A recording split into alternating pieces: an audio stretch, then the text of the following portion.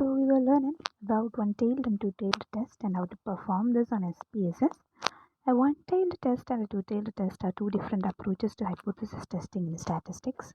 One-tailed test, also known as a directional test. In a one-tailed test, you specify the direction of the effect you are interested in before conducting the test. You are looking for an effect in only one direction, either positive or negative. It is used when you have a specific hypothesis about the direction of the effect.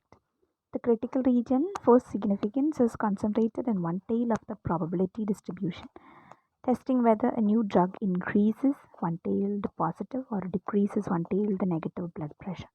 Two-tailed test, also known as a known directional test.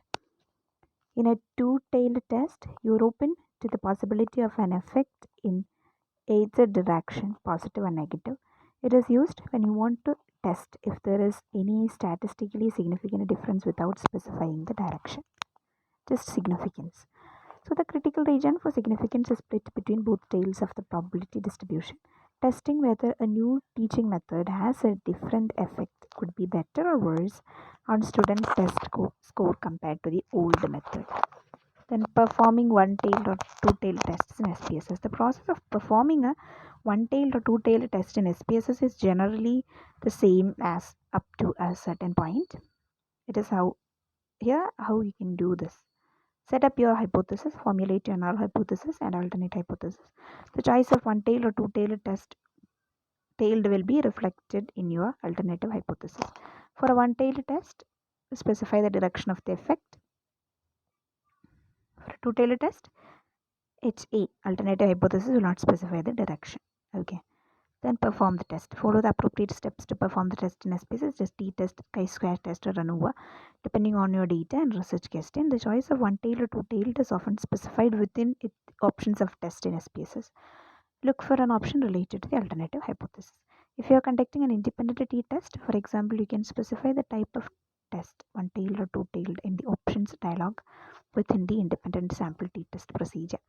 So after running the test, SPSS will generate output that includes the test statistic, degree of freedom and p-value. The p-value tells you whether the results are statistically significant. For a one-tailed test, you typically compare the p-value to your chosen significance level in the specified direction greater than or less than. So if p is less than 0.05 in the specified direction, you reject the null hypothesis. If p is greater than 0.05, the specified direction, you fail to reject the null hypothesis. For a two-tailed test, you compare the p-value to your chosen significance level without specifying the direction. If p-value is less than 0.025, in either tail, you reject the null hypothesis. The choice between a one-tailed and two-tailed test depends on your research hypothesis and the specific question you want to answer. So SPSS provide options to specify the type of test you want to perform, and you interpret the results accordingly based on the chosen approach. So how to paste results on SPSS to Word or Doc. So to copy and paste results from SPSS to a Word document or any other document, you can follow these steps. Generate your results in SPSS, run the analysis of procedure in SPSS and produce the results you want to copy and paste into your Word document. This might include tables, charts, or any output generated by SPSS. Then select the results to copy. Click and drag your mouse to select the specific results or text you want to copy. You can also use keyboard shortcuts like Ctrl plus A Windows or Command plus A Mac to select all the text in an output window. Copy the selected text. After selecting the desired text, right click on it and choose copy from the context menu. Alternately, you can use keyboard shortcuts like Ctrl plus C for Windows and Command plus C for Mac to copy the text. Open your Word document. Open Microsoft Word or the document where you want to paste the results, paste the copied results. Place your cursor in the Word document where you want to insert the copied results. Right click and choose paste from the context menu. Alternately, you can use keyword shortcuts like Ctrl plus V for Windows and Command plus V for Mac computer to paste the copied text. Then format and adjust as needed. After pasting the results into your Word document, you may need to format and adjust them to fit your document style and layout. You can modify font, spacing, and formatting as necessary. Then save your document. Don't forget to save your Word document after pasting the results. That's it. You have successfully copied and pasted results from SPSS into a Word document. You can follow these steps to transfer output, tables, charts, or any other text-based information on SPSS to your lab report or any other document where you need to present your findings. Things to remember while using SPSS. When using SPSS for data analysis, there are several important things to keep in mind to ensure accurate and effective analysis. Here are some key considerations: data entry and cleaning. Ensure your data is correctly entered into SPSS. Check for missing values, outliers, and inconsistencies. Use labels and value labels to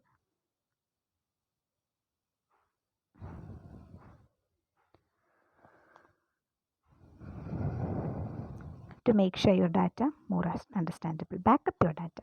Regularly save and backup your SPSS data file to avoid data loss in case of software crashes or errors. And variable names and labels. Use clear and descriptive variable names to make sure your analysis more understandable. Then assign variable labels and value labels to improve data documentation.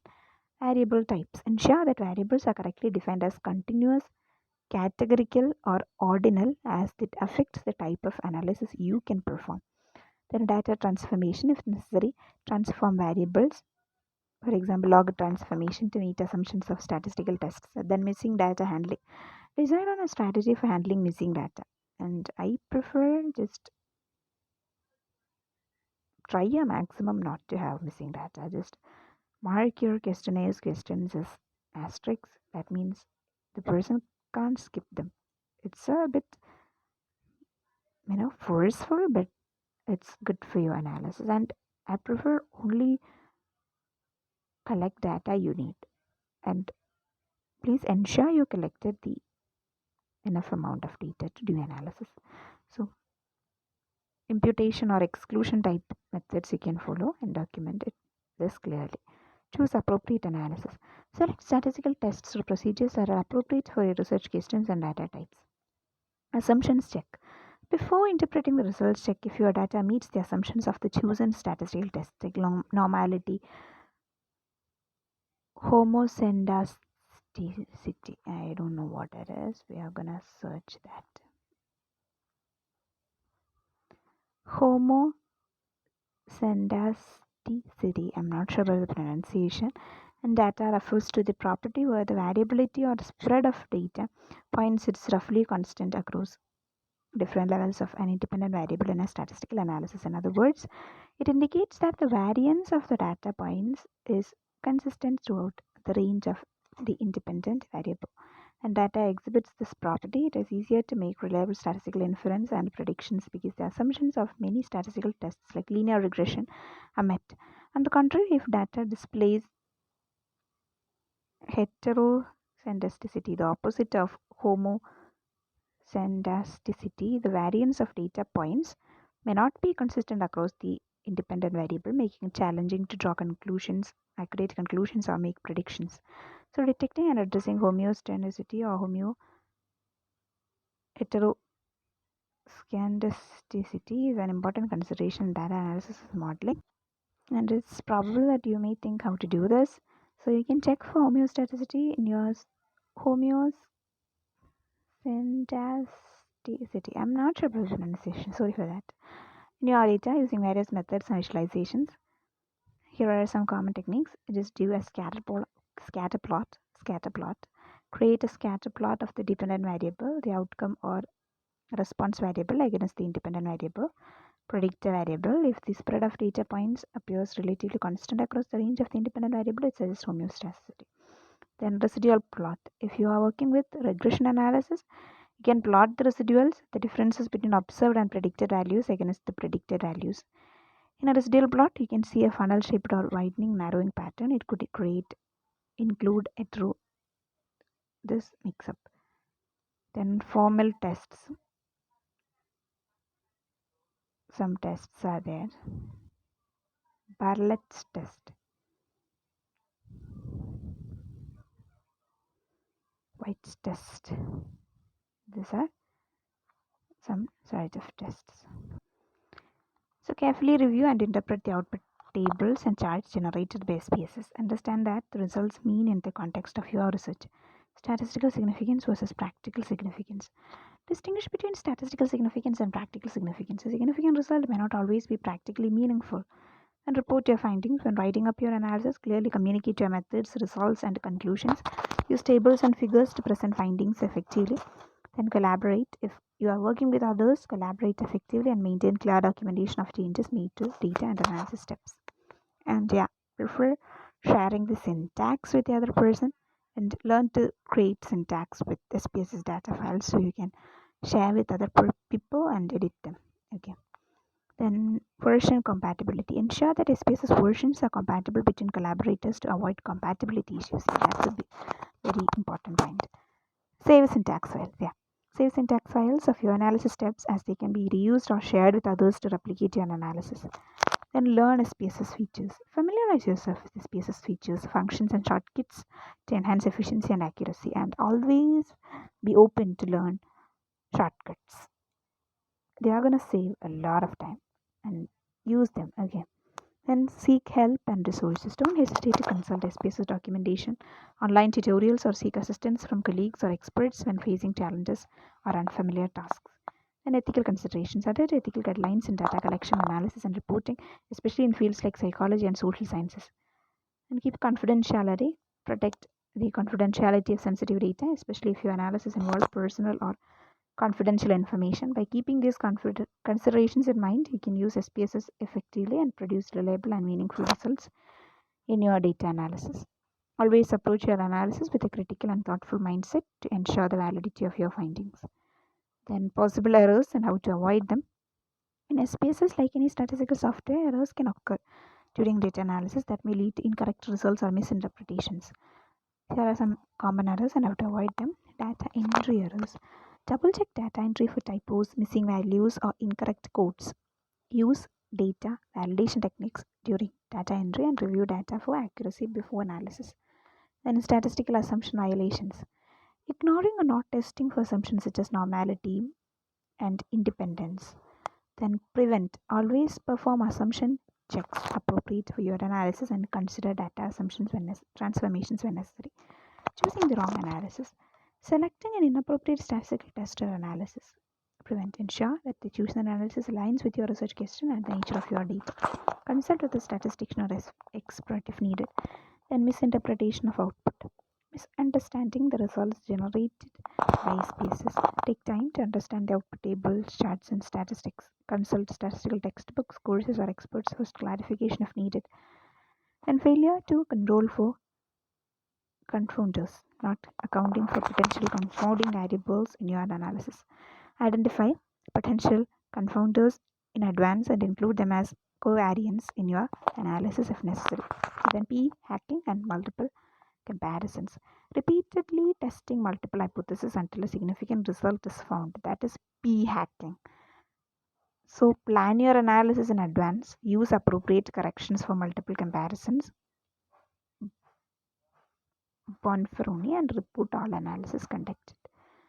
And data leakage. Using information from your test database using model development.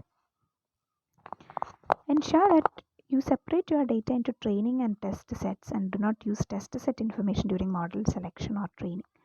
Then overfitting. Create overly complex models that perform well on your training data but poorly on new data. Then prevent. Use techniques like cross-validation to access model performance and choose simpler models when necessary. Then ignoring outliers. This is a serious one. Disregarding or not addressing outliers that can distort your results. Identify and investigate outliers, consider their impact, and decide whether to exclude or transform them based on domain knowledge. Not saving your work. Losing your analysis due to software crashes or other issues. Save your data, syntax files, and output regularly. Back up your data to prevent data loss. Then failing to document your analysis. Not documenting your analysis steps and decisions. Maintain clear documentation of your data and preparations, analysis, and interpretation steps. This aids in reproducibility. Then ethical lapses. Violating ethical guidelines in data collection, analysis, or reporting. Adhere to ethical standards, especially when working with sensitive human subjects data, not seeking help when needed. This is a crime. So don't think you are capable of doing all of this alone. If you need support, yeah, I'm not saying you can't do that. You can. Of course you can. you need support, just courageously seek that. So, persisting in analysis when you are unsure of encountering issues. Seek help from colleagues, mentors, or statistical experts when facing challenges or uncertainties. By being aware of these common errors and actively taking steps to prevent them, we can improve the accuracy and reliability of your data analysis in SPSS or any statistical software. Good practice and careful attention to detail are key to conducting robust and meaningful analysis.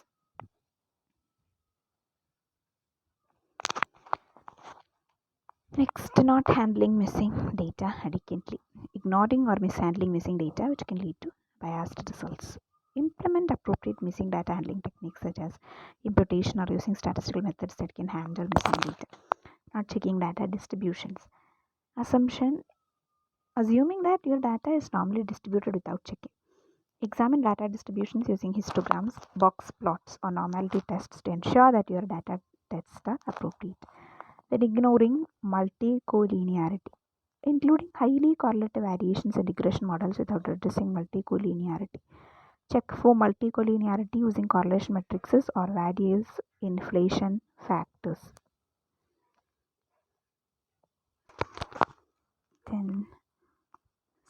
Check for multi-collinearity using correlation matrices or various inflation factors, and consider removing or combining correlated variables.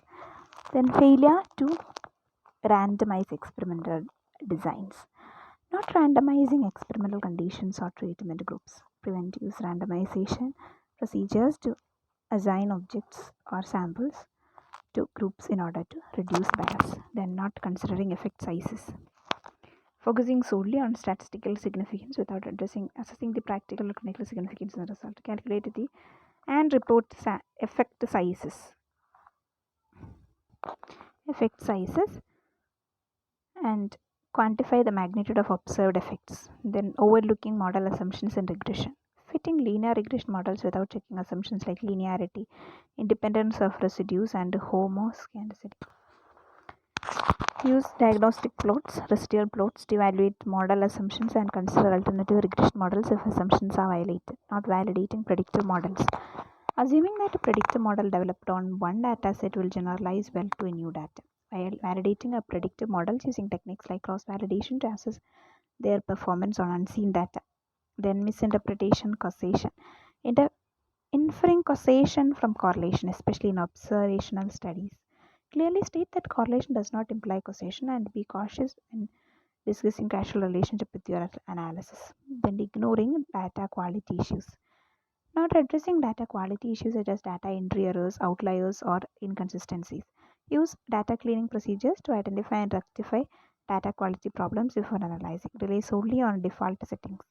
Using default settings in SPSS without considering whether they are appropriate for your analysis. So prevent, review, and customize settings as needed to match your research objectives and data correlations. Characteristics, not keeping records of changes. Failing to document changes made to your data or analysis settings.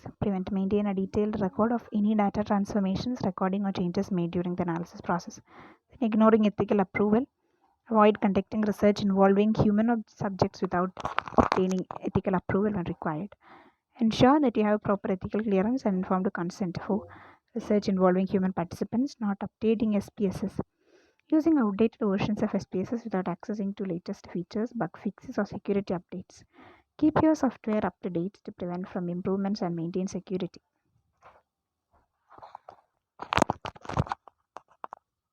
Some mistakes are still persistent, like failure to set a clear hypothesis in advance. Conducting data analysis without a clear hypothesis or research question. Define your research objectives, hypotheses, and expectations before beginning the analysis to guide your approach. Then ignoring data privacy and security. Not adequately safeguarding sensitive data, especially when working with confidential or private information. Follow data privacy regulations, encrypt data when necessary, and limit access to sensitive data to authorized personnel only.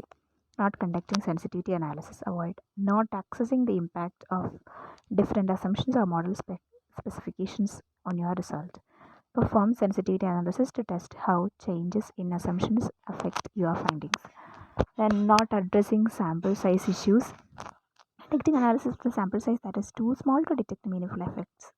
Conduct power analysis to ensure that your sample size is adequate to detect the effect size you are interested in. Copying and pasting without understanding. Blindly copying and pasting analysis commands or syntax without understanding their implications. Take the time to understand the commands and codes you are using and customize them to fit your specific analysis. Then, lack of version control. Not implementing version control for your data and analysis files. Prevent use version control systems, for example, Git, to track changes in your analysis files and collaborate with others efficiently. Then, failure to verify results. Trusting the initial results without verifying them through independent checks or peer review. So, have colleagues or peers review your analysis and results to identify any potential errors or biases. Then, ignoring data transformation documentation. Not documenting data transformations which can make it challenging to reproduce your analysis. Then, prevent. Keep your clear records of any data transformations performed, including the rationale and methods used. Not considering temporal or spatial effects. Then, avoid failing to account for temporal trends or partial dependencies in your data when they may be relevant. Then, prevent. Explore methods like time series analysis or statistical spatial statistics when appropriate, not conducting robustness checks.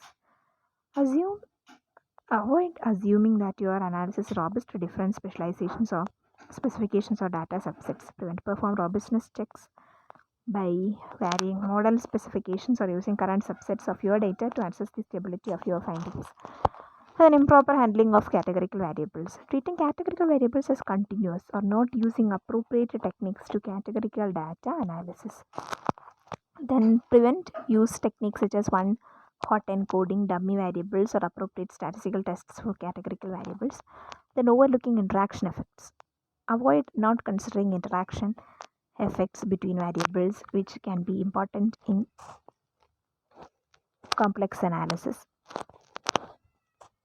Then, prevent include interaction terms and regression models when exploring how the effects of variables depend on one another.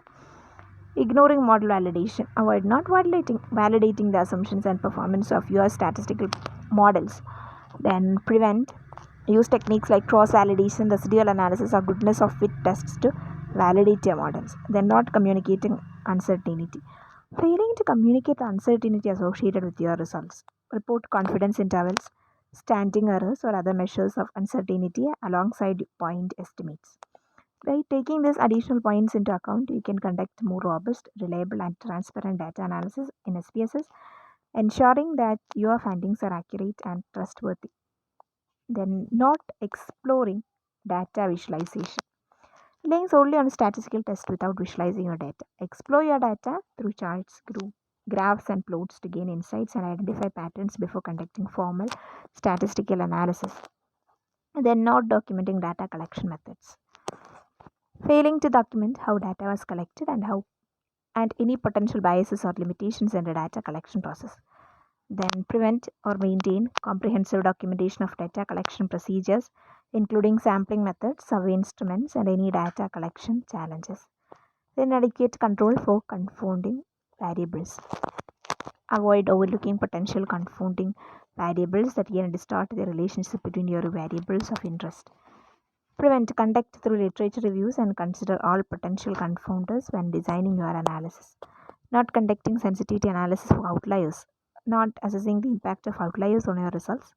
Prevent. Perform sensitivity analysis by conducting analysis with and without outliers to evaluate their influence on your findings. Then, inadequate exploration of non-parametric tests. Assuming that parametric tests are always appropriate without considering non-parametric alternatives. Explore non-parametric tests like Mann-Whitney test, Kruskal-Wallis test when your data does not meet parametric assumptions. Not considering longitudinal data. So, also explore non-parametric tests. Not considering longitudinal data. Treating longitudinal or time series data or cross-sectional data. Use appropriate methods for analyzing longitudinal data such as mixed effects models or time series analysis. Failure to check for publication bias. Neglecting to assess or report potential publication bias in meta-analysis or systematic reviews. Use methods like Funnel plots or statistical tests examine and account for publication bias. And neglecting to validate data transformation, avoid applying data transformations without confirming their appropriateness. Then validate data transformations through diagnostic plots and statistical tests to ensure they meet assumptions. Then not engaging in collaborative peer review. Conducting data analysis in isolation without seeking feedback from peers or experts.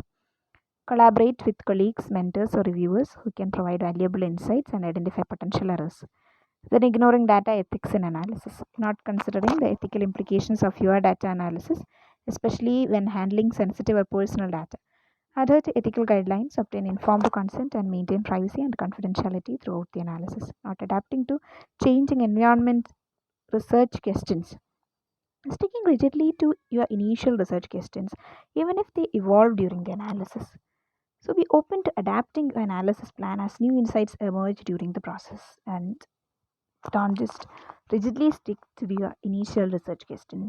You should be always open for research. Okay. So failing to seek external validation. Not seeking external validation for your analysis from independent experts or reviewers. Share your analysis with external experts or reviewers who can provide objective assessments. Then overlooking documentation of reproducibility. Not documenting your analysis process adequately for reproducibility. Keep a detailed record of your analysis steps, data manipulation, and code used in your analysis. By interpreting those additional points into your SPSS data analysis practice, you can enhance the quality. Some more points are there. Ignoring non-responsive bias. Not accounting for non-responsive bias in surveys or studies where participants may not respond to all questions. Analyze and report potential non-response bias and its impact on your findings. So, not conducting pilot testing. Skipping pilot testing of surveys, experiments, or data collection instruments. Pilot test your research tools to identify and rectify any issues before full scale data collection. Then failure to address skewed data. Applying parametric tests to heavily skewed data without appropriate transformation. Use transformations, log transformation, or non-parametric tests for skewed data. They're not considering multiple hypothesis testing. Conducting multiple statistical tests without adjusting for the increased risk of type 1 errors. Apply corrections like Bonferroni or false discovery rate when conducting multiple tests. So ignoring variable selection procedures. Including all available variables in the model without variable selection. Use variable selection techniques, stepwise regression to choose the most relevant variables for your analysis, not reporting negative results. Only reporting statistically significant findings while omitting non-significant results. Report all results, including negative findings, to avoid publication bias. And failure to address autocorrelation. Not addressing autocorrelation in time series data. Use appropriate time series models or autocorrelation diagnosis to account for autocorrelation. Not handling multimodal data. Avoid assuming that your data follows a multimodal distribution when it may have multiple modes. Recognize and analyze multimodal data distributions appropriately. Then lack of consideration for out-of-sample testing. Not reserving a portion of your data for out-of-sample testing when developing predictive models. Use separate training and testing databases to assess model performance accurately. Ignoring effective modification. Failing to explore effective modification or interaction effects between variables. Include interaction terms in your models when investigating potential effect modification. Not checking for sample representativeness. Avoid assuming your sample is representative of the population without verification. So, assess the representatives of your sample and consider potential sources of bias, then overlooking control variables. Not including control variables that may influence your analysis but are not the primary focus. Identify and include relevant control variables to improve the precision of your analysis. Then failure to account for clustering. Ignoring clustering or independencies in data collected from clustered or hierarchical structures. So prevent Use appropriate statistical methods, mixed effects models to account for clustering effects. They are not keeping up with SPSS updates. Using outdated versions of SPSS without assessing new features, bug fixes, or improvements. Then stay informed about SPSS updates and consider upgrading to the latest version as needed. Then inadequate cross-validation. Using inadequate cross-validation methods when assessing model performance. Employ robust cross-validation techniques like k-fold cross-validation to obtain reliable estimates of model performance. By taking these additional considerations, you can improve. So some simple things about the software. SPSS means statistical package for the social sciences. SPSS is a widely used software for statistical analysis and data management. It is particularly popular in fields like social sciences, psychology, and business for analyzing and interpreting data. User-friendly interface is there. So SPSS offers a user-friendly interface with menus, dialog boxes, and a point-and-click environment, making it accessible to users with varying levels of statistical expertise. Then data entry, you can enter your data directly into SPSS or import data from various file formats including Excel, CSV, and others. Then data manipulation, SPSS provides tools for data cleaning, transformation, and recording. You can edit variables, compute new variables, and handle missing data. Then descriptive statistics. SPSS allows you to generate descriptive statistics such as means, median, standard deviation, and frequency distributions with ease. Then graphical output. You can create a wide range of charts and graphs including histograms, pie charts, scatter plots, and more to visualize your data. Then hypothesis testing. SPSS offers a wide array of statistical tests including t-tests, ANOVA, chi-square tests, regression analysis, and non-parametric tests for hypothesis testing and data analysis. Then data output. SPSS generates output files that include tables, charts, and statistical results, making it easy to document and present your findings. Then syntax language. For advanced users, SPSS has a syntax language that allows you to write and execute commands programmatically. So this is useful for automating tasks and conducting complex analysis. So one important point you need to remember while performing all these tasks using SPSS is that you are writing code. You are writing code, or actually you are performing with codes. So syntax is a more direct method of writing those codes. Okay, you are running a code with performing all those tests. So writing syntax is actually writing that code. Okay, so you can export your results to other formats such as Excel, Word, PDF, or as just plain text, facilitating the integration of SPSS output into reports and presentations.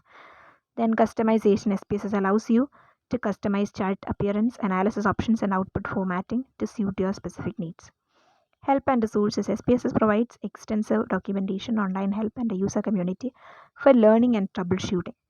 License and cost. SPSS is commercial software and users typically need to purchase licenses. Some institutions provide access to SPSS for their students and researchers. Updates. IBM, the company behind SPSS, regularly releases updates and newer versions of the software which enhance features and bug fixes. Then data security. When working with sensitive data, it's important to ensure data security with compliance with relevant policy regulations and privacy regulations. Then learning curve.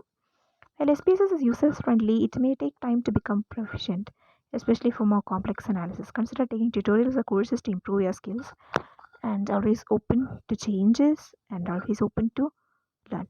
So SPSS is a versatile tool for conducting statistical analysis and is widely used in academia, research, and various industries, and making data-driven decisions and drawing insights from data. Then some quick points how to calculate mean. So to calculate mean, standard deviation, and variance of data in SPSS, you can follow these steps. Import or enter your data. Launch SPSS and either import your data file or enter your data directly into the SPSS data editor. Then open the descriptive statistic dialog. Click on Analyze on the menu bar at the top. Descriptive statistics from the drop-down menu. Choose Descriptives. Then select Variables. In the Descriptives dialog box, a list of available variables will appear on the left. Select the variables for which you want to calculate your mean, standard deviation, and variance. Click the right arrow button to move the selected variables to the variable box to right. Specify statistics to compute. In the same descriptives drop box under the statistics section. Click the boxes for mean, variance, and standard deviation. You can also select other statistics if desired. Click options and select additional options. Choose additional options. Options track that appears. You can choose to calculate other statistics like confidence intervals, skewness, and kurtosis. Then adjust any other options as needed. Click continue to return to the descriptive dialog. Run the analysis. Back in the descriptive dialog, check on OK menu or button to run the analysis. Then view the output. SPSS will generate an output window containing the mean, variance, and standard deviation for the selected variable. Look for the descriptive statistics table. Summary of that output. You will find the mean average of each detailed variable in the mean column. The variance is located in the variance column. Standard deviation in the standard deviation column. That's it. You have successfully calculated the mean, variance, and standard deviation of your data in SPSS. So I'm going to conclude this session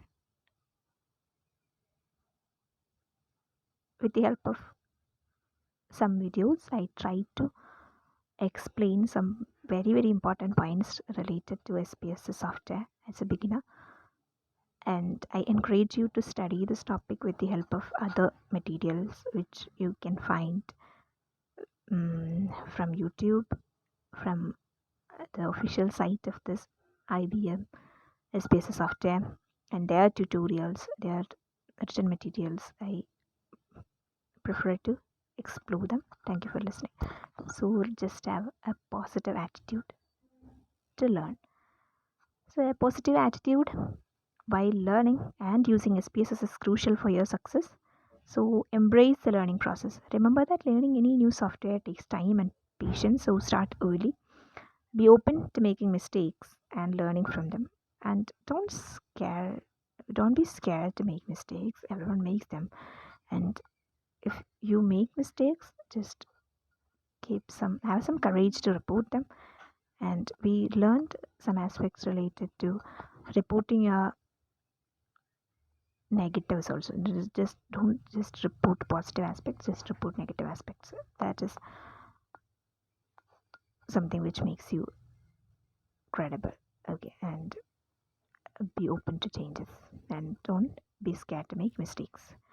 Then start with basics. Begin with the fundamental features and gradually work way up to more advanced functions. Mastering the basics will provide a strong foundation, and don't neglect that. If you need to perform a t-test, just don't search for steps to perform t-test on SPSS. First, try to learn the basics with some courses, then start doing advanced level works. And practice regularly. Like any skill, practice makes perfect. Spend time regularly using SPSS to reinforce your knowledge and build confidence. Seek help when needed. Don't hesitate to seek help from resources like online tutorials, textbooks, or forums. SPSS has a supportive user community ready to assist. Then, last point, celebrate small wins. Every time you successfully perform an analysis or generate meaningful results, celebrate it as an achievement. Thank you for listening.